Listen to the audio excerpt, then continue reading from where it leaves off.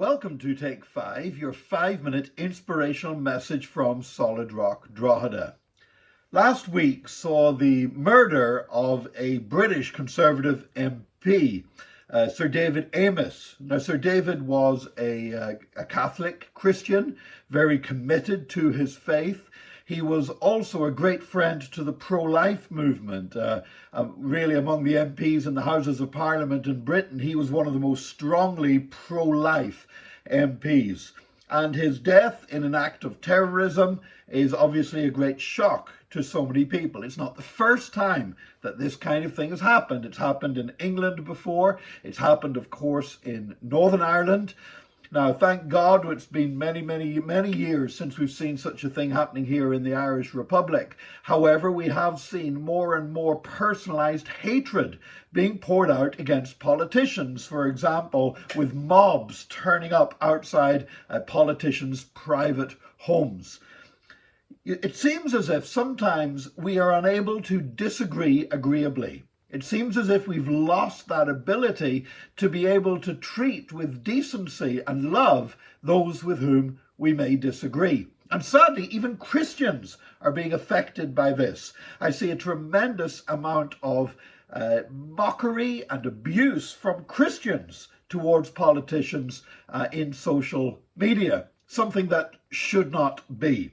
Now, of course, we have the right to express disagreement with those who play a role in political leadership. I remember a few years ago, I was in a TV audience on a particular TV show, and sitting just behind me, actually, in the seat right behind me, was Senator Ivana Bacik. And for once, we were on the same side in a debate. It was to do with people trafficking and bringing in some legislation that would be a solution to people trafficking within the prostitution, and both myself and Ivana Bacik were arguing the same case.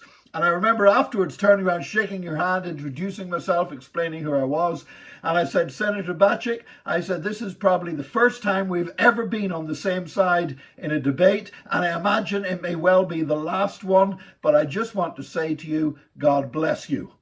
Now, that doesn't mean that I agreed with everything she believes or every position that she takes in politics. I don't. I disagree with most of it. But we should still be able to treat one another with decency. Maybe one of the things that we need to remember as Christians is what it says in Ephesians chapter 6, verse 12, where it says, "For we do not wrestle against flesh and blood, but against principalities and powers and spiritual forces of wickedness in high places." I can't actually understand why anybody would seek a career in politics. The pay is not that good, and for the amount of abuse and uncertainty that they have to endure, I don't know why anybody would want to do it.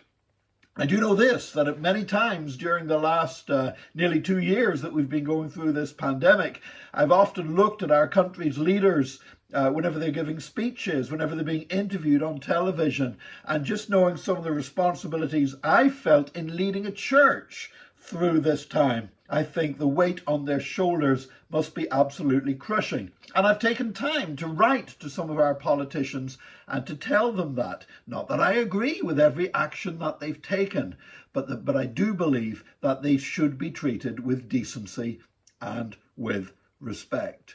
We need to stop personalizing it. We need to stop seeing our struggle as being against people and realize that this is a spiritual battle. And Jesus said that we are to love our enemies and to do good to them. Because if we can't do that, how are we ever going to witness to them, and how are we ever going to win them to Christ? So I would encourage you today, pray for our politicians.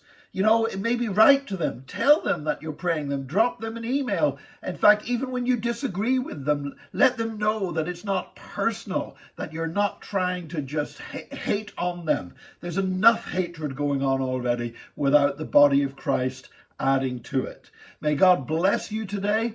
And I pray that no matter whether you agree with somebody or whether you disagree with somebody, you will still be enabled by the grace of God to treat them with love and respect. And may God bless you this day, and join us again tomorrow for another Take 5, your 5-minute inspirational message from Solid Rock Drogheda.